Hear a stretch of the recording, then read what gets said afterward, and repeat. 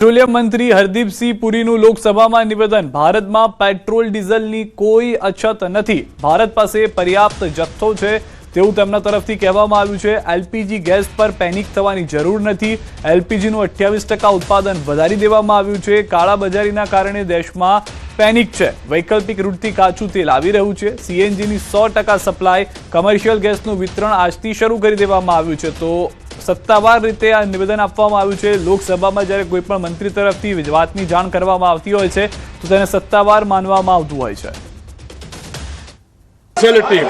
The natural force majeure declaration, the Natural Gas Control Order issued on 9th March 2026 under the Essential Commodities Act established an immediate priority sequence. Domestic pipe gas goes to homes and CNG for vehicles receives 100% supply with no cuts. Industrial and manufacturing consumers will receive upon 80% of their previous 6 months average.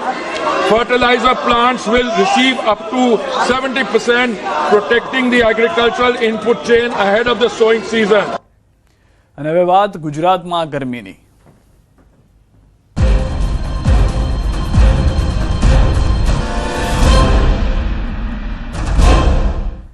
ગુજરાતમાં હજુ 2 દિવસ આકાશી અગનવર્ષા, 2 દિવસ સુધી ગુજરાતમાં હીટવેવની આગાહી। ગરમી અંગે હવામાન વિભાગની મોટી આગાહી। આજે 2 જિલ્લામાં ઓરેન્જ અને 12 જિલ્લામાં યલો એલર્ટ। રાજકોટ, સુરેન્દ્રનગરમાં આજે ઓરેન્જ એલર્ટ। કચ્છ, બનાસકાંઠા, મોરબી, જૂનાગઢ, પોરબંદર, અમરેલી, પાટણ, ગાંધીનગર, અમદાવાદ, આણંદ, વડોદરા, સુરતમાં યલો એલર્ટ। દિવસમાં તો ગરમ રહેશે જ, સાથે રાત્રિ પણ ગરમ રહેશે। 3 જિલ્લામાં આજની રાત્રિ પણ ભારે ગરમ રહેશે। ગાંધીનગર, અમદાવાદ, આણંદની આજની રાત ગરમ। કાંઠાના ભાગમાં ભેજવાળા ગરમ પવન ફૂંકાશે। કાંઠાના ભાગોમાં અકળામણનો અનુભવ થઈ શકે છે। 42.3 ડિગ્રી સાથે આજે સૌથી ગરમ વલ્લભ વિદ્યાનગર રહ્યું। માર્ચમાં ત્રીજી વખત વલ્લભ વિદ્યાનગર ગરમ નોંધાયું। 48 કલાક બાદ ગરમીમાંથી મળી શકે છે आंशिक राहत। आज हम ऑरेंज वार्निंग दे रहे हैं सौराष्ट्र कच्छ में, जो सुरेंद्रनगर और राजकोट के लिए आज ऑरेंज वार्निंग दिया गया है। और बाकी येलो वार्निंग जो दिया गया है सौराष्ट्र कच्छ में पोरबंदर, जूनागढ़, अमरेली, मोरबी और कच्छ के लिए दिया गया है। इसमें वार्म नाइट का भी वार्निंग दिया गया है सुरेंद्रनगर में। और हमारा जो गुजरात रीजन में येलो वार्निंग दिया गया है, जो डिस्ट्रिक्ट इसमें आ रहा है बनासकांठा, पाटन, गांधीनगर, अहमदाबाद, आनंद, वडोदरा एंड सूरत, इसमें वार्म नाइट का भी वार्निंग है। રાજ્યમાં માર્ચ મહિનામાં જ ગરમીનો રેકોર્ડ તૂટી ગયો છે, તેવામાં સુરેન્દ્રનગરમાં રેડ એલર્ટ જાહેર કરવામાં આવ્યું છે। પરંતુ આવી આકરી ગરમીમાં પણ હજુ તંત્ર ઘોર નિંદ્રામાં હોય તેવું લાગી રહ્યું છે, કેમ કે શહેરમાં હીટવેવની આગાહી વચ્ચે તંત્રની તૈયારી માત્ર કાગળ પર જ હોય તેવા આક્ષેપો થઈ રહ્યા છે। આરોગ્યની ટીમ તૈનાત કરવાને બદલે આરોગ્ય અધિકારી લોકોને માત્ર ને માત્ર ગરમીથી બચવા સલાહ આપી રહ્યા છે। તંત્ર દ્વારા કોઈ પણ પ્રકારનો એક્શન પ્લાન તૈયાર કરાયો નથી। ગરમીમાં લૂ લાગવાના બનાવો બને તો લોકોને સારવાર આપવા માટે કોઈ વિશેષ તૈયારી કે આયોજનના નામે મીંડું જોવા મળી રહ્યું છે। ત્યારે ભીડવાળા વિસ્તાર જેવા કે મુખ્ય બજાર, બસ સ્ટેશન, રેલવે સ્ટેશન સહિતના સ્થળો પર આરોગ્ય ટીમ સ્ટેન્ડ બાય રાખવાની માંગ ઉઠી છે। સુરેન્દ્રનગર જિલ્લામાં રેડ એલર્ટ છે, એના લીધે ખાસ તો ગરમીના હીટવેવના કિરણો, હીટ રિલેટેડ ઇલનેસ જે શક્યતાઓ વધારે હોય છે, તો ખાસ જિલ્લાના સામૂહિક આરોગ્ય કેન્દ્ર, પ્રાથમિક આરોગ્ય અને સબ સેન્ટરના દરેક કર્મચારીઓને આ બાબતમાં સાવચેતી રાખવા અને લોકોમાં જાગૃતિ લાવવા, તેમજ આવા જો કોઈ દર્દી મળે તો એને તાત્કાલિક સારવાર આપવાનું હોય। પરિસ્થિતિ એવી થાય ગરમી લાગી જાય અને અહીંયા કોઈ એવી ટીમ હોય તો તાત્કાલિક રાહત મળી જાય। બાકી તો હવે અહીંયા રાહત મળે એવું કંઈ સુરેન્દ્રનગરમાં તો ક્યાંય કોઈ છે નહીં। સરકારે કોઈ એવી સ્કીમ બહાર નથી પાડી કે ભાઈ આવી રીતે હોય તો અહીંયા આ જગ્યાએ મળશે। બહારથી કોઈ અહીં સુરેન્દ્રનગર ઉતરો સ્ટેશને, બસ સ્ટેન્ડે કે રેલવે સ્ટેશને, તો રેલવે સ્ટેશને ઉતરે તો ત્યાં તો અહીં ગામમાં દવાખાને પહોંચતા પહોંચતા જ માણસ બેભાન થઈ જાય પડી જાય। આરોગ્ય વિભાગ માત્ર ને માત્ર લોકોને સરકારી ગાઈડલાઈનની સૂચનાઓ સંભળાવતી સંતોષ માની રહી છે। બીજી તરફ મહાનગરપાલિકા દ્વારા પણ કોઈ કામગીરી કરવામાં ના આવતા સુરેન્દ્રનગર શહેરમાં અંધેરી નગરી અને ગંડુ રાજા જેવી સ્થિતિ સર્જાઈ છે। ત્યારે હવે જોવું રહ્યું કે સુરેન્દ્રનગરને મનપાનો દરજ્જો મળ્યા બાદ કામગીરી પણ તેવી થઈ જાય છે કે નહીં। સુરેન્દ્રનગર જિલ્લામાં છેલ્લા 3 દિવસથી ગરમીનો પારો છે 41 ડિગ્રીને પાર કરી રહ્યો છે। ત્યારે હવામાન વિભાગ દ્વારા 13 માર્ચ સુધી છે એ હીટ વેવની આગાહી આપવામાં આવી છે અને ખાસ કરીને સુરેન્દ્રનગર જિલ્લો છે એમાં તાપમાન આગામી દિવસોમાં વધુ ઉષ્ણતા જે ભર્યું નોંધાય તેવી શક્યતાઓ છે, પરંતુ ક્યાંક ને ક્યાંક જો જોવામાં આવે તો તંત્ર દ્વારા આ મામલે કોઈ નક્કર કાર્યવાહી કરવાના બદલે માત્ર લોકોને સાવચેત રહેવા માટે અપીલ કરવામાં આવી રહી છે.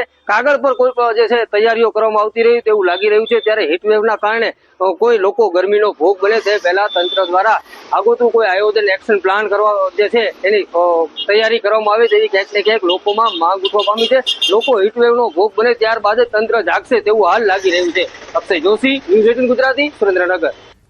અમદાવાદમાં રેલવેની નકલી ટિકિટો પણ વેચાવા લાગી છે. રેલવે પોલીસે IRCTC એજન્ટ તરીકે ઓળખ આપી મુસાફરોને નકલી ટિકિટ વેચનાર ઝડપી પાડ્યો છે. હાલ છેતરપિંડી કરનાર આરોપી ઉપેન્દ્ર દ્વિવેદીને પોલીસે ધરપકડ કરી છે. આરોપી રેલવે સ્ટેશન પર ટિકિટ મેળવવા આવેલા મુસાફરોને ટાર્ગેટ કરી મોબાઈલમાં બનાવટી ટિકિટ બનાવી તેની PDF આપી રોકડ રૂપિયા વસૂલતો હતો. અમદાવાદના એક મુસાફરને નકલી ટિકિટ આપ્યા બાદ મામલો બહાર આવ્યો.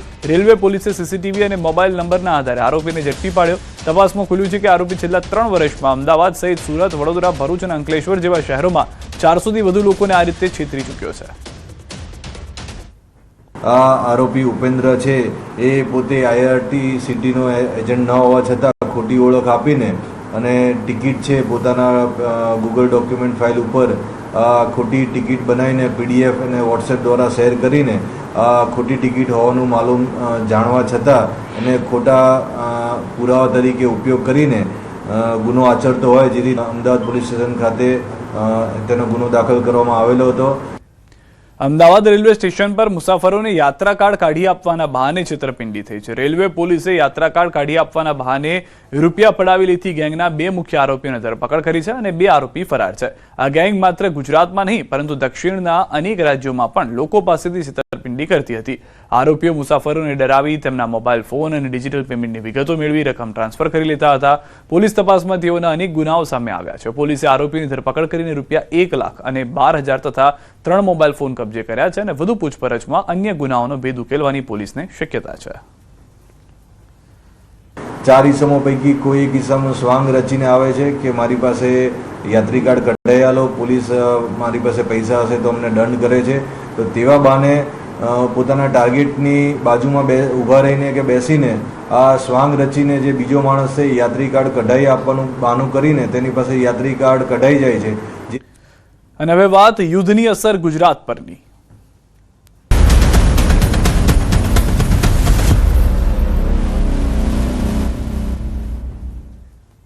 રાજ્યભરમાં રાંધણ ગેસની રામાયણ શરૂ થઈ છે. કેટલાય વિસ્તારોમાં લોકો ગેસની બોટલ માટે લાંબી લાઈનોમાં ઉભા રહ્યા હોય એવા દ્રશ્યો સામે આવ્યા છે. સુરતના ઉધના વિસ્તારમાં રાંધણ ગેસ માટે લોકોની લાંબી લાઈનો જોવા મળી રહી છે. સ્થાનિક લોકોનો આરોપ છે કે ગેસ એજન્સી, ડિસ્ટ્રીબ્યુટર કાળાબજારી કરી રહ્યા છે. યુદ્ધની સ્થિતિના પગલે અમદાવાદમાં કમર્શિયલ ગેસ સિલિન્ડરની અછત સર્જાય છે. ગેસ સપ્લાયમાં અનિશ્ચિતતા વધતા નાના રેસ્ટોરન્ટ સંચાલકો મુશ્કેલીમાં મુકાયા છે. વિકટ પરિસ્થિતિને ધ્યાનમાં રાખીને કેટલાક રેસ્ટોરન્ટ સંચાલકોએ વિકલ્પ તરીકે કોલસાનો સ્ટોક કરવાનું શરૂ કર્યું છે. અનેક સ્થળોએ સેગડી પર કોલસાના બળતણથી રોટી અને શાક બનાવવાની ફરજ પડી રહી છે. આ તરફ ફરસાણની દુકાનમાં પણ રાંધણ ગેસની અસર જોવા મળી છે. રાજકોટ સહિત સમગ્ર રાજ્યમાં કમર્શિયલ ગેસના ઉપયોગ અંગે તંત્ર દ્વારા નિયમો વધુ કડક બનાવવામાં આવ્યા છે. ત્યારે રાજકોટ શહેરમાં પુરવઠા વિભાગ દ્વારા હોટલ અને રેસ્ટોરન્ટમાં ચેકિંગ હાથ ધરાયું છે, જેમાં ખાસ કરીને હોટલ રેસ્ટોરન્ટમાં ઘરેલું ગેસ સિલિન્ડરનો ઉપયોગ તો નથી થતો તેની તપાસ કરવામાં આવી રહી છે. ગઈકાલે એક જ દિવસમાં 20થી વધુ સ્થળોએ ચેકિંગ કરવામાં આવ્યું, જેમાંથી એક દુકાનમાંથી ઘરેલું ગેસ સિલિન્ડર મળી આવતા નિયમ મુજબ કાર્યવાહી કરવામાં આવી. આજે પણ શહેરના રેસકોર્સ રિંગ રોડ પર વિવિધ સ્થળોએ તપાસ ચાલુ રાખવામાં આવી છે. અધિકારીઓએ જણાવ્યું છે કે મર્યાદાથી વધુ અથવા ગેરરીતિ રીતે ગેસ સિલિન્ડર મળી આવશે તો કાયદેસરની કાર્યવાહી કરવામાં આવશે.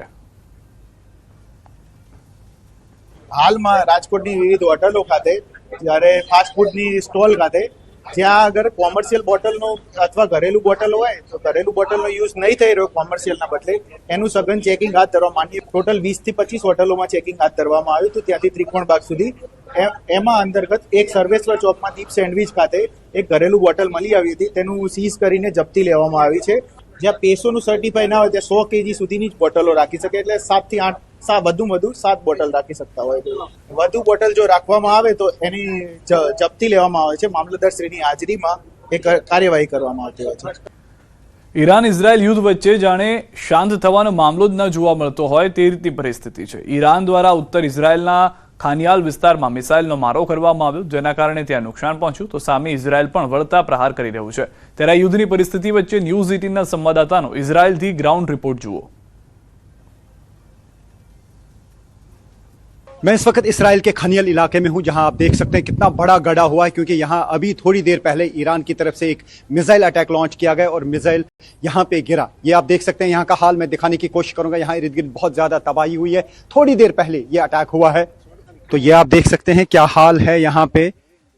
ये वो स्पॉट है जहाँ पे मिसाइल गिरा है और इर्द गिर्द काफी ज्यादा तबाही हुई है। बहुत बड़ा गड्ढा यहाँ पे हो चुका है, लेकिन इर्द गिर्द के जो मकान हैं उनका हाल मैं दिखाने की कोशिश करूंगा कि यहाँ पे सब कुछ तबाह है। ये बेड है यहाँ पे, आप देखिए इसका क्या हाल हुआ है। इर्द गिर्द सब चीज़ें यहाँ पे तबाह हुई हैं। लगातार ईरान की तरफ से मिसाइल अटैक्स किए जा रहे हैं। कुछ मिसाइल्स जो हैं वो डायरेक्ट हिट लग जाती है यहाँ पे, उसकी वजह से पूरी तबाही हो जाती है और काफ़ी सारे मिसाइल जो हैं वो हवा में इंटरसेप्ट किए जाते हैं। लेकिन जब मिसाइल का मलबा गिरता है उसकी वजह से भी यहाँ पर तबाही हो जाती है। मैं दिखाने की यहाँ पर आपको कोशिश करूँगा कि यहाँ पर क्या हाल हुआ है। ये देखिए, ये इन घरों के अंदर का हाल है। पूरी तरह से ये चकनाचूर हुए हैं यहाँ पे ये घर। और न्यूज़ 18 इंडिया की टीम है रियल ग्राउंड ज़ीरो पर दिखा रहे हैं आपको यहाँ का वो सच जो शायद बाकी लोग नहीं दिखा पाते हैं। ये देख सकते हैं आप, यहाँ पे कोई ऐसी चीज़ है जिसमें हो सकता है कि कुछ एक्सप्लोसिव भी हो, क्योंकि अभी थोड़ी देर पहले ये यहाँ पे ये अटैक हुआ है। अभी यहाँ पे डिफेंस फोर्सेस आ रहे हैं इसराइल के और पुलिस आ रही है। इस एरिया को अब बंद किया जा रहा है।